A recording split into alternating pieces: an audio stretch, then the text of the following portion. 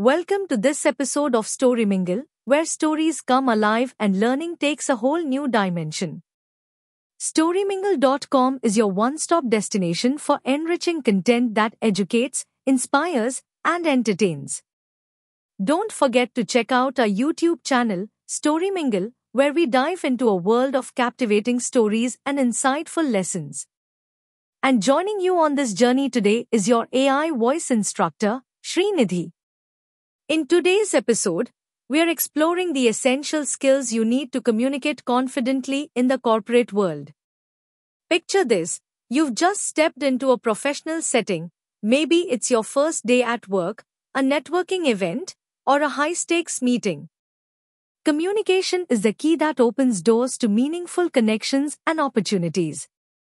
Let's dive into 5 fundamental aspects of corporate communication and learn how to master them. Let's begin with the art of introducing yourself confidently in professional settings.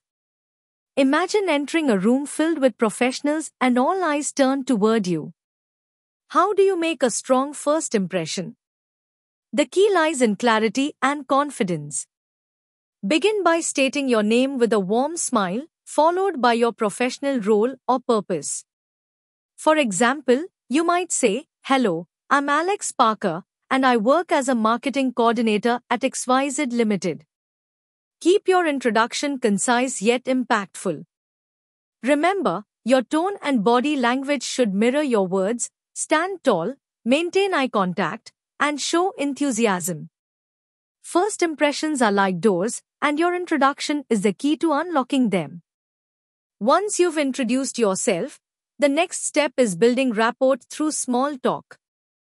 Imagine you're at a networking event, and the conversation flows like a stream. Small talk can be the foundation of deeper connections. Start by finding common ground, perhaps a comment on the event, the weather, or shared interests. For instance, "This venue is fantastic, isn't it?" Or, "I hear you're from Chicago. How's the weather been there lately?" Avoid diving into controversial topics. Small talk is your warm-up.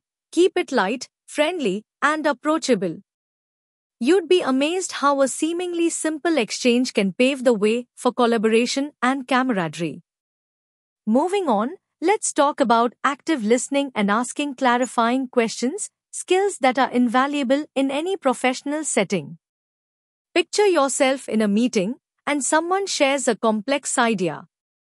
Listening actively means going beyond hearing words. It's about truly understanding and engaging with the speaker's message.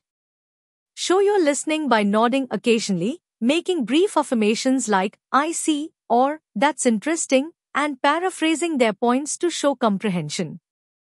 And if something isn't clear, never hesitate to ask for clarification. Questions like, "Can you elaborate on that point?" or "When you say X, could you explain it further?" demonstrate your attentiveness. Active listening fosters trust and builds strong professional relationships. Next, let's explore expanding vocabulary for professional conversations.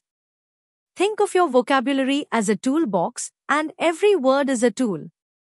To enhance your conversational skills, start by identifying key terms and phrases that are commonly used in your field.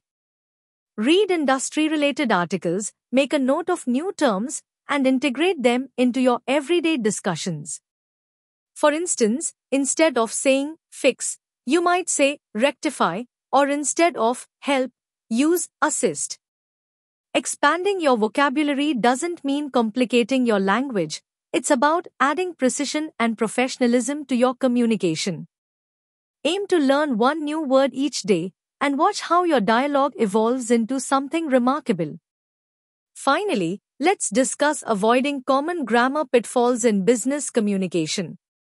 Imagine you're drafting an important email, and a single mistake, like confusing "there" with "there," could leave a poor impression. To avoid such errors, always proofread your work. While grammar tools can help, trust your instincts too. Familiarize yourself with commonly confused words like affect versus effect and complement versus complement. Grammar forms the backbone of your communication, ensuring your message is polished and professional. And that wraps up today's episode. We've explored 5 core aspects of corporate communication: mastering introductions, building rapport through small talk, actively listening, expanding vocabulary, and avoiding grammar pitfalls. By honing these skills, you're setting yourself up for success in the corporate world. Remember, communication is more than just words, it's about connections, understanding, and growth. Thank you for tuning in to Storymingle.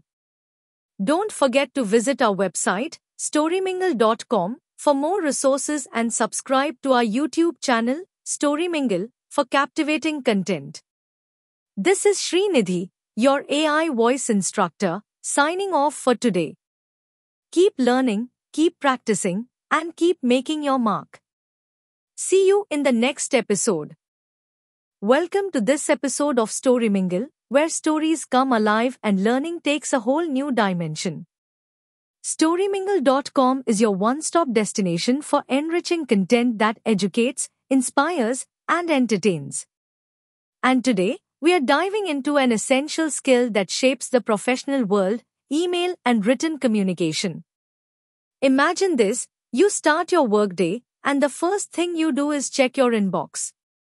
A dozen emails await your attention. Some are crisp, clear, and professional, while others are vague, cluttered, or even confusing.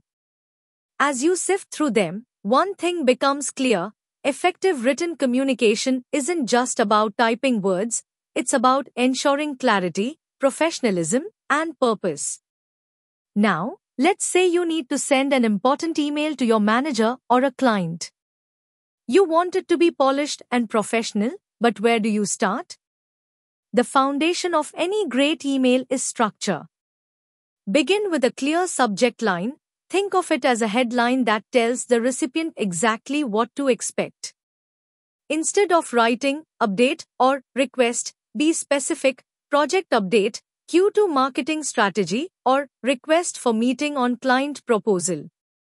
A well-crafted subject line ensures your email gets the attention it deserves. Next, let's talk about greetings and openings. Imagine receiving an email that just starts with "Hey" or jumps straight into the message without any introduction. It feels abrupt, doesn't it? A professional email should always open with a polite and appropriate greeting. If you know the recipient well, "Hi Sarah," works fine. For formal interactions, "Dear Mr. Patel" or "Dear team" sets the right tone. After the greeting, start with a brief sentence that establishes context. For instance, "I hope you're having a great start to the week," or "I wanted to follow up on our discussion from last Friday." A warm and professional opening makes your email more engaging. Now, let's say you need to write an apology, a request, or a follow-up email, all common scenarios in the workplace. The way you phrase these messages can make a significant difference. If you're apologizing, keep it sincere but concise. Instead of saying, "Sorry for the confusion," try, "I apologize for any confusion caused, and I appreciate your patience as I clarify this." This sounds more professional and constructive. When making a request, clarity is key. Instead of writing, "Can you send me the report?" a more effective approach is, "Could you kindly share the Q3 performance report by Thursday afternoon?" This will help us prepare for the client meeting. The second version is polite, specific, and action-oriented. And when following up, always provide context. Instead of a simple, "just checking in," you could say, "I wanted to follow up on my email from last Monday regarding the budget proposal. Please let me know if you need any additional details to proceed." This keeps the conversation professional and clear. But emails are just one part of professional writing. Understanding formal and informal tones is equally important. Picture this: you're writing to a colleague you work with daily versus drafting an email to a senior executive. the tone you use will naturally differ. A formal tone is structured, respectful, and avoids casual language. For example, I would like to schedule a meeting to discuss the upcoming project timelines. An informal tone, while still professional, feels more conversational. Hey Alex, let's set up a quick chat about the project timelines. When would be a good time? Knowing when to use each tone ensures that your message aligns with the situation and audience. Now, let's step into another critical aspect of written communication: report and proposal writing. Imagine you've been asked to prepare a report on recent sales performance. Where do you begin? A great report follows a clear structure: an introduction that outlines the purpose, a body that presents key findings with supporting data, and a conclusion that summarizes insights and recommendations. Keep your language clear and avoid unnecessary jargon. For example, instead of saying, "Sales exhibited an upward trajectory in Q3, a more direct approach is, sales increased by 15% in Q3 driven by higher customer demand." The goal is to make your writing easy to understand while maintaining a professional tone. Proposal writing, on the other hand, requires a persuasive approach.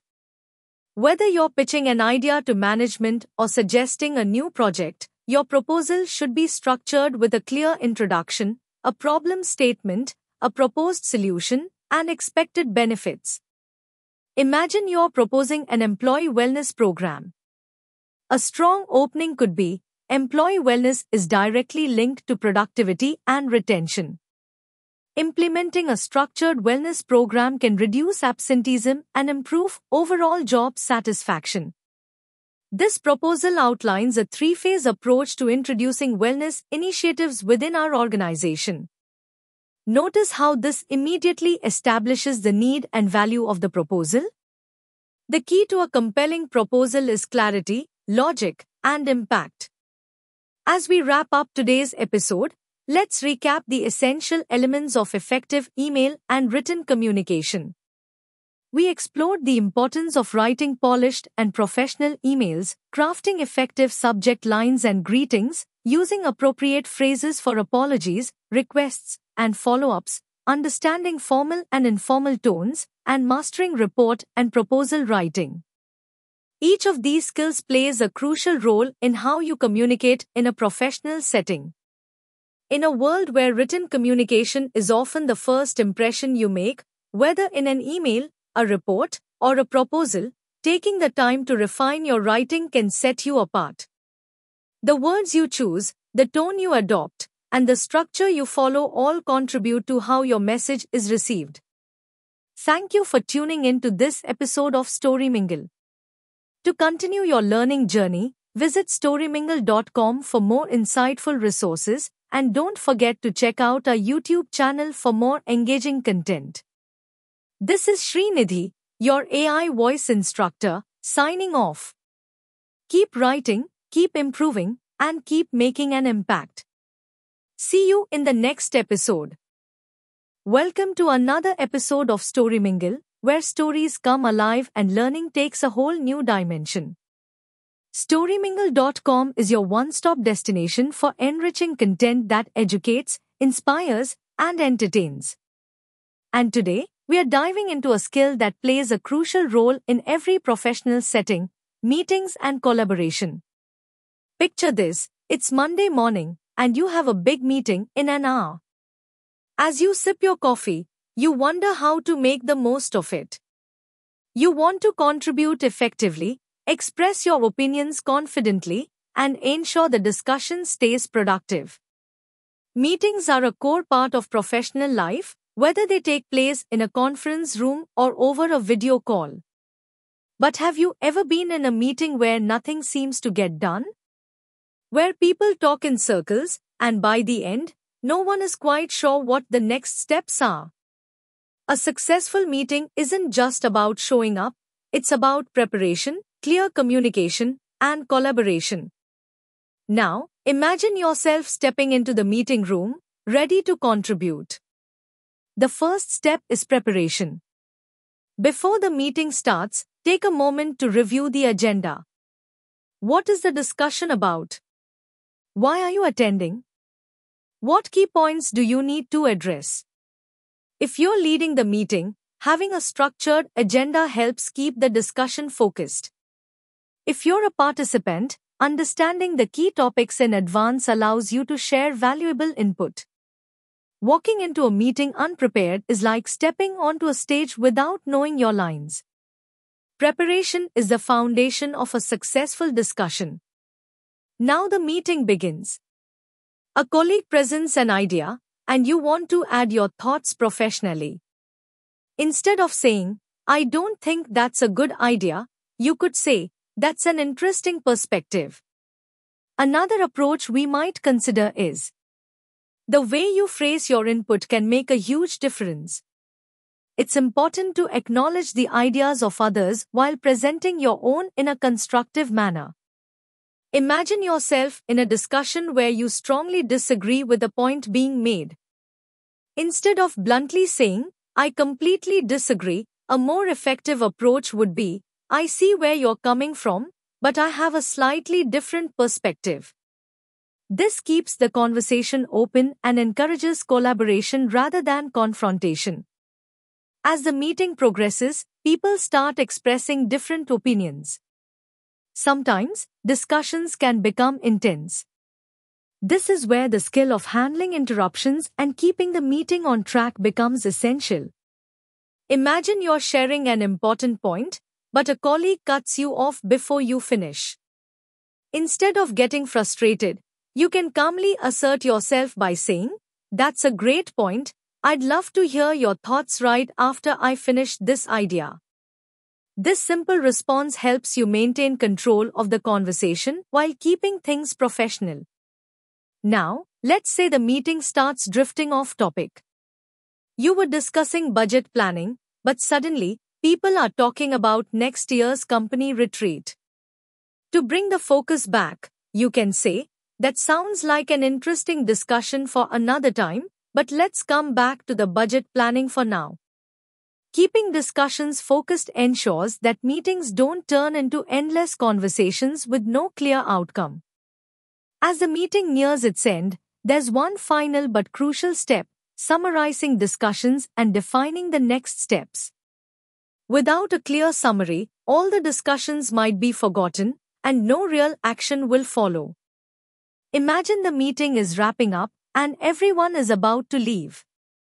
Instead of ending with, "All right, see you later," a more structured approach would be to summarize key takeaways. For example, to recap, we've decided to move forward with strategy A. John will prepare the cost analysis by Friday, Lisa will draft the proposal by Monday, and we'll reconvene next Wednesday to review progress. A clear summary helps ensure that every participant understands what's next. Now let's step into another common scenario: virtual meetings. With remote work becoming more common, virtual meetings have become a regular part of professional life. But have you ever been on a video call where people talk over each other, background noises are distracting, or someone forgets to mute their microphone? Virtual meetings require a different set of etiquette rules to ensure they run smoothly. One of the most important habits is to mute yourself when you're not speaking to avoid unnecessary distractions. Another best practice is to turn on your camera whenever possible to create a sense of connection. Pausing between sentences allows others to jump in without interruptions. If you have a quick comment but don't want to disrupt the conversation, using the chat function can be an effective way to contribute. And of course, checking your internet connection and microphone before the meeting starts can prevent unnecessary delays. Virtual meetings require the same level of professionalism as in-person meetings, and small habits like these can make a big difference in how effective they are. Being mindful of meeting etiquette ensures that discussions remain productive, respectful, and engaging. As we wrap up today's episode, let's reflect on what we've learned. Preparing for a meeting in advance helps you contribute meaningfully to the discussion. Expressing your opinions professionally, whether you agree or disagree, ensures a constructive conversation. Handling interruptions and keeping discussions on track prevents meetings from going off course. Summarizing key points and next steps ensures that meetings lead to real action. And following virtual meeting etiquette helps maintain smooth communication in an increasingly digital world. Meetings are not just about talking, they are about communicating, collaborating, and ensuring that ideas lead to real outcomes. By mastering these skills, you can contribute more effectively, build stronger professional relationships, and leave a lasting impression in every discussion. Thank you for joining this episode of Story Mingle. If you want to explore more insightful content, visit storymingle.com and don't forget to check out our YouTube channel for engaging lessons. This is Srinidhi, your AI voice instructor, signing off. Keep learning, keep collaborating, and keep making an impact. See you in the next episode.